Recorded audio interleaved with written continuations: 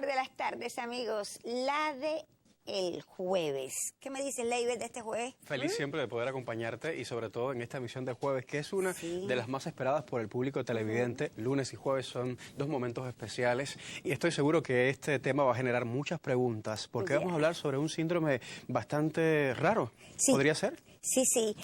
Como diría nuestro querido doctor Javier Sánchez, está con nosotros el doctor en ciencia y profesor titular, especialista de segundo grado de neurología, el doctor Javier. Yo he aprendido con él que es una enfermedad totalmente neurológica, efectivamente rara y con personalidad. Eso es algo que él siempre me ha sabido explicar porque a la hora del diagnóstico diferenciado, ella tiene su personalidad y saben los doctores cómo llegar a ella. Solo que esta enfermedad quizás se ha cobrado un poco de fama en estos últimos tiempos porque es rara, pero es la que padece Celine Dion, esa cantante con tantos seguidores que incluso hizo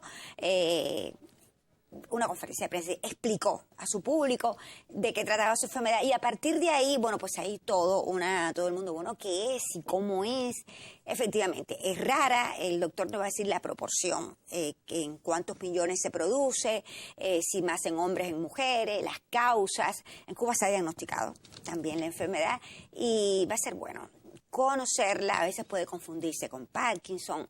Con nosotros, amigos, hasta las 7, que vamos a estar muy bien acompañados para abordar el síndrome de persona rígida, que es como me gusta decir ahora, porque cuando le pusieron el nombre, le pusieron de hombre rígido. No, ahora es de persona rígida. Muy bien. Le da también a las mujeres. Claro que sí. Raquel, ese es el tema central, pero tengo también el segmento de las noticias culturales. Voy a estar dialogando con la soprano Ivette Betancourt. Viene a hablarme sobre un disco que recién acaba de grabar, detalles del mismo, y un concierto muy especial que tiene el próximo sábado desde la Basílica. Así que detalles sobre todo esto desde la terraza.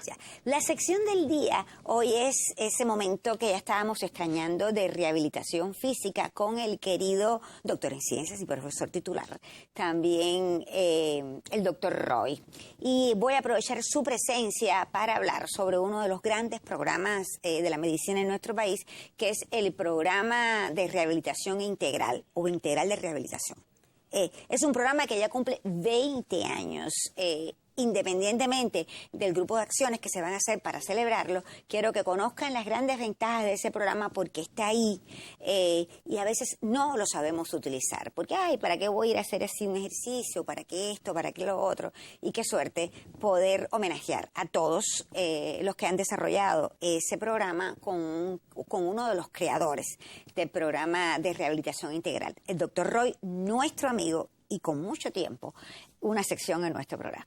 Bueno, y tengo la buena música también. Hoy no tenemos video porque tenemos la suerte de disfrutar de la música en vivo con mi invitada, ya decía que es la soprano Ivette Betancourt. Como te amaba mi corazón, en la portada musical de Tarde en Casa.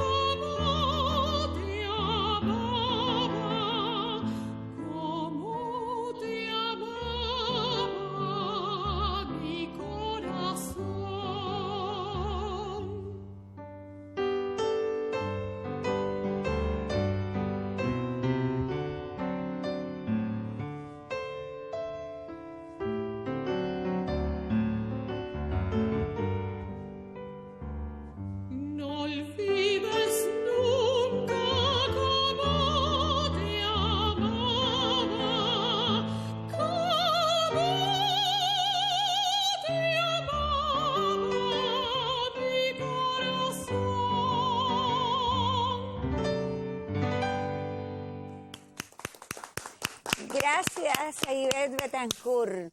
Qué bien, hemos comenzado este programa, ¿verdad? Y ahora, con la presencia de este querido amigo. Es un gran amigo de nuestra revista de hace muchísimo tiempo y nosotros nos sentimos muy orgullosos de contar con su amistad y con sus grandes saberes como doctor. Bienvenido.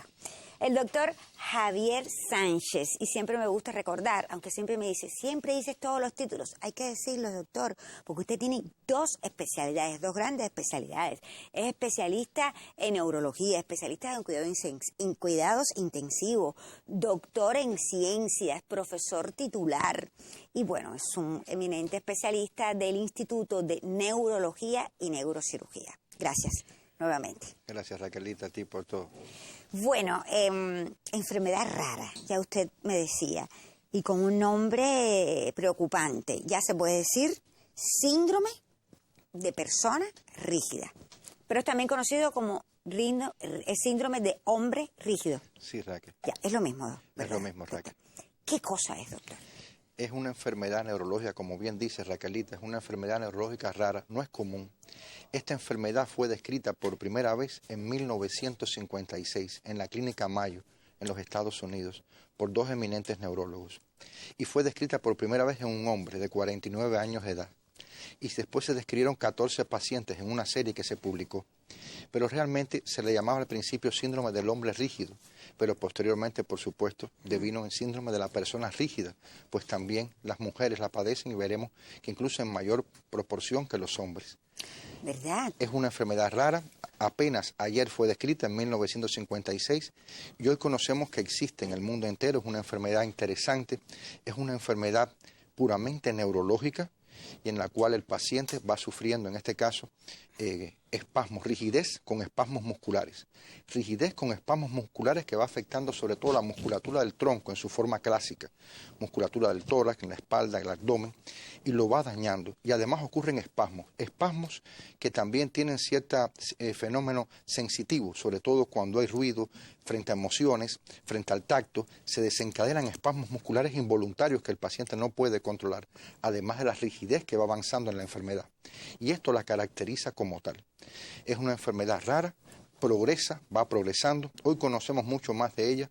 En el siglo XX se avanzó bastante. Hoy en el siglo XXI conocemos incluso que es una enfermedad de base inmunológica, una enfermedad con un componente autoinmune en el cual se crea, en este caso, un anticuerpo contra una enzima. Una enzima muy interesante porque el sistema nervioso, Raquelita, lo hemos hablado otras veces, es un volcán electroquímico. Y los neurotransmisores son muy importantes. Y hay uno de ellos que se conoce como GABA, ácido gamma-aminobutírico, que este neurotransmisor precisamente es inhibitorio. Junto con los excitatorios, este inhibitorio controlan precisamente el movimiento. Pues se sabe hoy que es una enfermedad inmunológica de base y que se crean anticuerpos contra una enzima específica, conocida como ácido glutámico descarboxilasa, que convierte el ácido glutámico en el GABA, en este neurotransmisor inhibitorio. Y al no estar presente el GABA en la proporción adecuada, pues no se inhiben estos impulsos y se desencadenan las contracturas musculares por descargas neuronales anómalas de nuestra médula espinal y de nuestro encéfalo. Por tanto, es una enfermedad eminentemente neurológica, daña el sistema nervioso central, nuestro cerebro y nuestra médula espinal, y se caracteriza por esta clínica. Va a hacer que el hombre se vaya poniendo rígido, realmente por las contracturas, por eso de ahí el nombre de persona rígida, u hombre rígido, la primera vez que se describió, y hoy sabemos que es una enfermedad progresiva y que es una enfermedad de base inmunológica. ¿Que tiene cura? No tiene cura, Raquel, como tal la enfermedad, pero sí los tratamientos han mejorado tanto que logramos cambiar el horizonte de pronóstico de vida de estos pacientes y su calidad de vida. Vamos a ir por paso. Usted me ha enseñado que primero hay que diagnosticarlo y ahí después vamos al tratamiento. Logro entender que una de las causas es inmunológica. ¿Es esa únicamente o hay otras causas? Realmente, Raquel, esta es la causa fundamental. Ya. En la enfermedad tiene varias formas clínicas incluso. La clásica es la afectación de la musculatura del tronco, pero también hay variantes en que daña la musculatura de las extremidades. Y hay variantes que cursa con una encefalomielitis asociada también a mioclonías, que es más rara y más grave. Pero la clásica daña fundamentalmente el tronco y la variante que daña las extremidades. Este paciente camina como si fuera un robot, De ahí, en este caso, la marcha, recordando en este caso este clásico a Frankenstein, cuando camina el paciente, las caídas frecuentes que puede sufrir por pérdida también del equilibrio, incluso cae en forma de torre completamente el paciente. Y estos espasmos musculares le producen dolor intenso también, que no puede soportar, son involuntarios y se asocia, por supuesto, a cuadros de depresión y de ansiedad en estos seres humanos. Yo estuve leyendo, doctor, que puede producirse incluso el espasmo como con un estornudo. También con frente a estímulos táctiles, frente a emociones incluso, frente a estímulos de ruidos, por ejemplo, en el ambiente, puede desencadenar. Ruidos, eso me llamó la atención también. Puede desencadenar este espasmo porque precisamente hay una descarga constante neuronal que no cesa del sistema nervioso en la comunicación con el músculo y termina descargando en el músculo músculos agonistas y antagonistas a la misma vez, que no debe ser así, y por tanto el fenómeno inhibitorio mediado por este neurotransmisor conocido como GABA, ácido gamma-amino butírico, no está presente y por tanto los fenómenos excitatorios predominan y producen estos espasmos, estas contracturas musculares involuntarias. El paciente se siente rígido, con dificultad para la marcha, con dificultad para mover el tronco, con estos espasmos. Y eso hace, por supuesto, que su calidad de vida se dañe y se preocupe notablemente, además de los cuadros de depresión y ansiedad que pueden acompañar la enfermedad. Claro.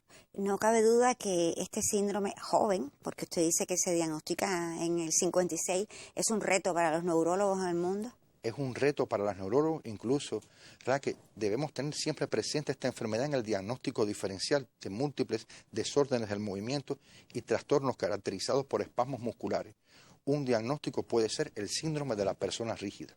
Ya. ¿Qué le parece si más adelante abordamos el tema? Fíjense, diagnóstico diferencial. Hay que saber muy bien diferenciarlo de otras enfermedades. ¿A qué otras enfermedades se parece?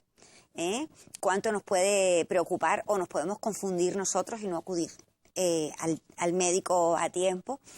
Ahora voy a poner un separador que me van a agradecer porque es el testimonio de Celine Dion, cuando ella dio a conocer al mundo que había sido diagnosticada de del síndrome de personas rígidas. Ahí lo tiene.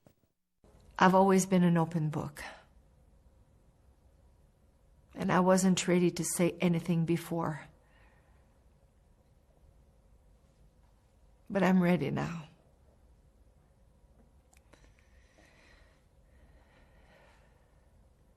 I've been dealing with problems with my health for a long time. And it's been really difficult for me to face these challenges and to talk about everything that I've been going through.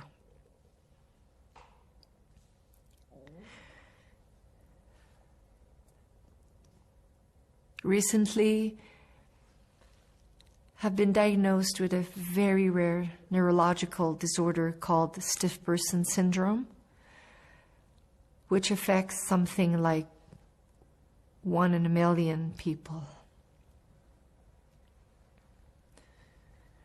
While we're still learning about this rare condition, we now know this is what's been causing all of the spasms that I've been having.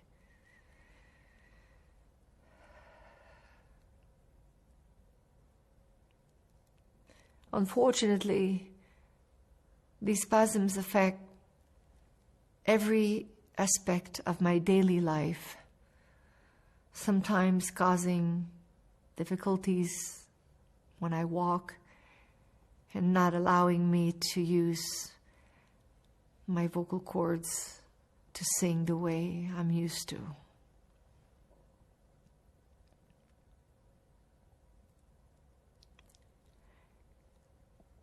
It hurts me to tell you today that this means I won't be ready to restart my tour in Europe in February.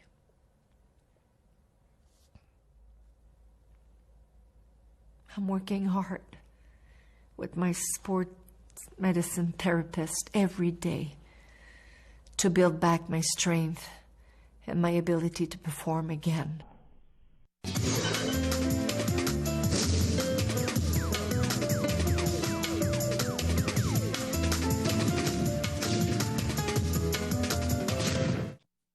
cada palabra salió con dolor, doctor, salió con la vida. Fue franca y fue justa con su público. Dígame algo, ella decía que se da una persona en 1 millón. ¿Cuál es la frecuencia exactamente? Exactamente, Raquel. La incidencia en la enfermedad es 1 por millón de habitantes por año. Ya. Es baja, de 1 a 2 por millón de habitantes por año. Es más frecuente en la mujer que en el hombre. Fíjate que al principio se decía síndrome del hombre rígido y hoy se dice síndrome de la persona rígida. Incluso en la mujer la relación es 2 a 3 a 1, es decir, es más frecuente en la mujer que en el hombre. Y la incidencia de 1 por 1 millón de habitantes por año. Mira qué interesante. ¿Se puede heredar, doctor? Cuando ella hablaba estaba pensando que tiene un niño pequeño. Además, el hijo también fue una historia hermosa y de lucha para ella. ¿Se puede heredar? Las variantes que existen han sido esporádicas, pero se ha visto en familias tendencia a padecer este síndrome de persona rígida, lo que habla a favor de que la genética también está presente. No se ha podido aislar una mutación específica, pero evidentemente la genética está presente en todo. Y ya se ha visto en algunas familias mayor incidencia de esta enfermedad, aunque predominan las variantes esporádicas. Es triste escuchar este testimonio. Ella lo dolorosamente, como tú dices, Raquel, lo describe muy bien con estos espasmos musculares. Esta variante clásica que afecta la musculatura del tronco, pero al final termina en las extremidades y puede dificultar la musculatura de la fonación, de la deglución, incluso de la ventilación en estadios avanzados. Eso que usted está mencionando serían ya las complicaciones. ¿Va avanzando y se va complicando o también puede existir otro tipo de complicación?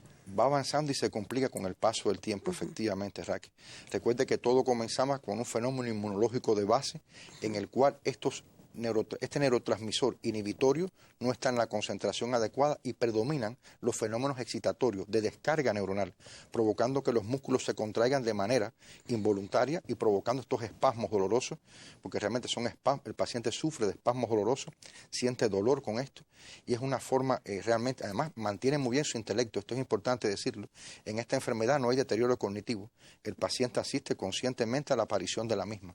Solamente en la variante de encefalomielitis con mioclonía es que hay deterioro cognitivo, pero en la clásica, la más frecuente y la de las extremidades, no ocurre deterioro cognitivo. El paciente asiste a la enfermedad, como en este caso esta famosa cantante, esta persona tan conocida y popular, y lamentablemente cayó en esta posibilidad de 1 o 2 en 1 millón de habitantes. Usted hablaba que es muy importante el diagnóstico diferenciado. ¿Cómo se hace el diagnóstico, doctor? Esto es fundamental porque este síndrome de la persona rígida puede confundirse con otras enfermedades. Con la enfermedad de Parkinson, por ejemplo, que cursa con rigidez, disminución del movimiento, hipocinesia o asinesia, trastornos posturales y temblor. Con el Parkinson se confunde. Con determinadas distonías, fenómenos distónicos, que es un desorden del movimiento, se puede confundir el síndrome de la persona rígida. También se puede confundir con la espondilitis anquilosante, por los trastornos que provocan en la musculatura, sobre todo de tronco. Y también en este caso con otras enfermedades neurológicas, en este caso también más aisladas. Con el tétanos también hay que hacer un diagnóstico diferencial por la contractura muscular, pero esta, como bien dijiste al inicio del programa, tiene personalidad propia. Se expresa como usted me ha enseñado, doctor, que hay enfermedades que tienen personalidad propia. Exactamente, se desarrolla y evidentemente ocupa un sitio dentro de la neurología. Y vean que es importante porque decimos 1 o 2 por millón, pero cada millón de habitantes está la posibilidad de que 1 o 2 enfermen de ella. Y mientras más precozmente se diagnostique, más posibilidades terapéuticas tenemos al menos de aliviar o atenuar estas contracturas, estos espasmos que al final llevan al paciente una invalidez y lo llevan en este caso al éxito. ¿Hay alguna prueba de más que hagan, como está hablando del sistema inmunológico? ¿Cómo no? Lo importante es medir los anticuerpos, esa es la prueba fundamental. Anticuerpos contra esta enzima, conocida como ácido glutámico descarboxilasa, que sintetiza el neurotransmisor a partir del ácido glutámico, forma el GABA, el ácido gamma-aminobutírico, que es el que está en déficit. Se detectan, se estudian los anticuerpos que están contra esa enzima.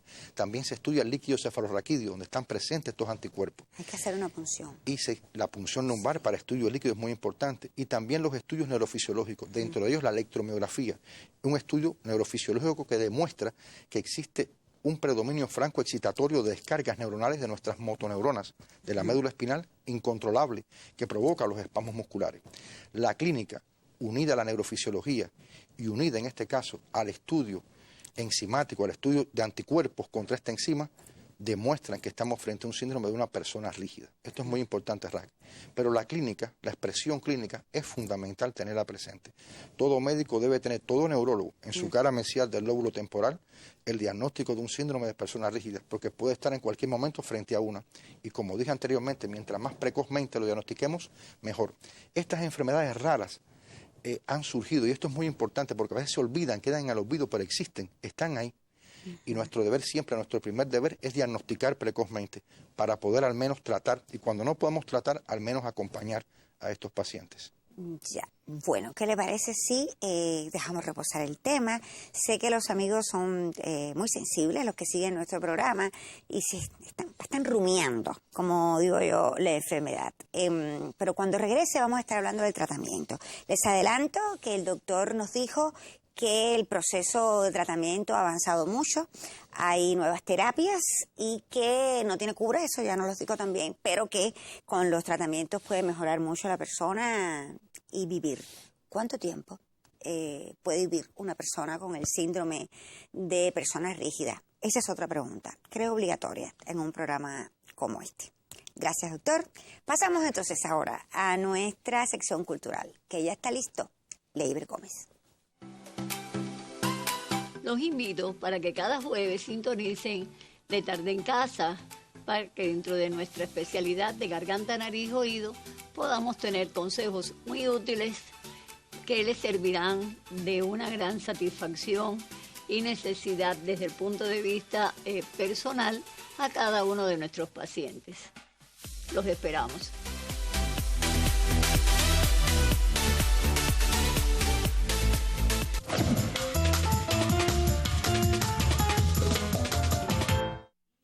Les reitero las buenas tardes y me alegra muchísimo saber que continúa este jueves junto a la revista De Tarde en Casa. Tiempo para nuestro segmento de las noticias culturales, y antes de conversar con mi invitada, quiero invitarles a diferentes opciones culturales que se desarrollan este fin de semana. Rafael Espín nos invita al espacio Común Madrigal este viernes a las 8:30 desde el Café Madrigal, cito en calle 17, entre 2 y 4 acá en El Pedado. Y Leyenda China, el show de Rafael Espín y sus invitados también se presenta, pero el sábado a las 8:30 de la noche en el restaurante Tintán del Boulevard del Barrio Chino, y la entrada, por cierto, es libre. Elvia Pérez nos invita este fin de semana 26, 27 y 28 de mayo desde la sala Tito Junco del Bref a la obra de teatro del relato La Maldición, con guión y dirección de Elvia Pérez y la compañía Contarte. Invitado especial Ensemble Vocal Luna. Ya sabe, 26, 27 y 28 desde la sala Tito Junco del Bref, usted disfruta de la obra La Maldición. Y el sábado 27 en el Cine Teatro Riviera se desarrolla el cuarto Encuentro Internacional de las Artes Corazón Feliz, que estará presentando una obra escrita y musicalizada por Rita del Prado. Se llama La Ciudad Merecida y estará interpretada por la compañía infantil Habana Sueños. Ya sabe, oportunidad de lujo para disfrutar de estas opciones. Ahora sí, las buenas tardes y la bienvenida para la soprano Ivette Betancourt. Qué bueno tenerte conmigo. Buenas tardes, un placer. Quiero agradecerte, Ivette, sobre todo por esa canción maravillosa que nos regalaba en los inicios de la revista, que sé que forma parte de tu más reciente producción discográfica, que por cierto es la primera. Qué suerte entonces que podamos hablar hoy de ese disco. Bueno, pues un placer por la invitación, muchas gracias. Bueno, imagínate, para todo cantante y para todo músico es muy importante tener al menos algunas producciones discográficas, claro, en su vida, en su carrera, porque es la manera de plasmar el trabajo, el esfuerzo, todo lo aprendido y lo hecho en muchos años, ¿no? Entonces, este es un proyecto que yo tenía desde que realicé mi estudios de maestría en la Universidad de las Artes, y mi tema de investigación fue justamente la música vocal de Alejandro García Caturla, porque este era un compositor muy conocido, muy nombrado, muy sonado en los libros de historia, en las clases de historia de la música, pero realmente poco llevado a la escena y poco realizada el registro de su música, ¿no? Entonces yo me di a la tarea de ir al Museo de la Música y empecé a hacer una búsqueda que me llevó, un tiempo, y bueno, como saldo logré encontrar alrededor de 18 canciones no conocidas para nada, con una variedad de géneros increíble, Él fue un compositor muy prolífero, en tan corto tiempo de vida. Murió muy joven, o sea, saben que era juez y que fue asesinado en Remedio, en el parque, precisamente por una persona que la había condenado. Entonces, Catulla junto a Amadeo Roldán son los íconos de la revolución musical en Cuba, que introdujeron los instrumentos afrocubanos en la orquesta sinfónica y los géneros afrocubanos también, en la música de concierto como tal. Entonces, aquí encontramos una variedad increíble de boleros, criollas, canciones, la música de la época, y a su vez una mezcla muy curiosa de la música contemporánea europea que ya venía desde los años 20, llegando a nuestra isla con la influencia de que todos los músicos iban a estudiar Europa, y luego cuando volvían empezaban pues a revolucionar todo el ambiente musical cubano. En el disco te haces acompañar por un piano, ¿verdad? Sí, maravillosa pianista, amiga, colega de toda la vida, Maite Aboy González. Es excelente.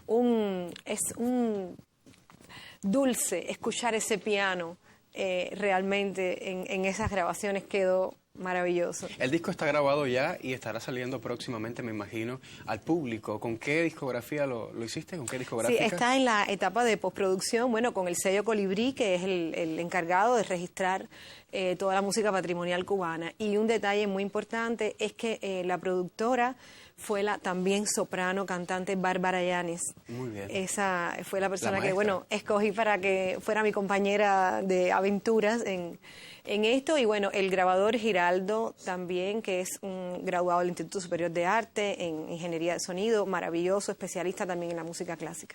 Es un disco sin dudas que será una joya y hay que esperar entonces a que salga ya al mercado para poder disfrutarlo. Mientras tanto, podemos escucharte en vivo el próximo fin de semana, sábado, desde la Basílica.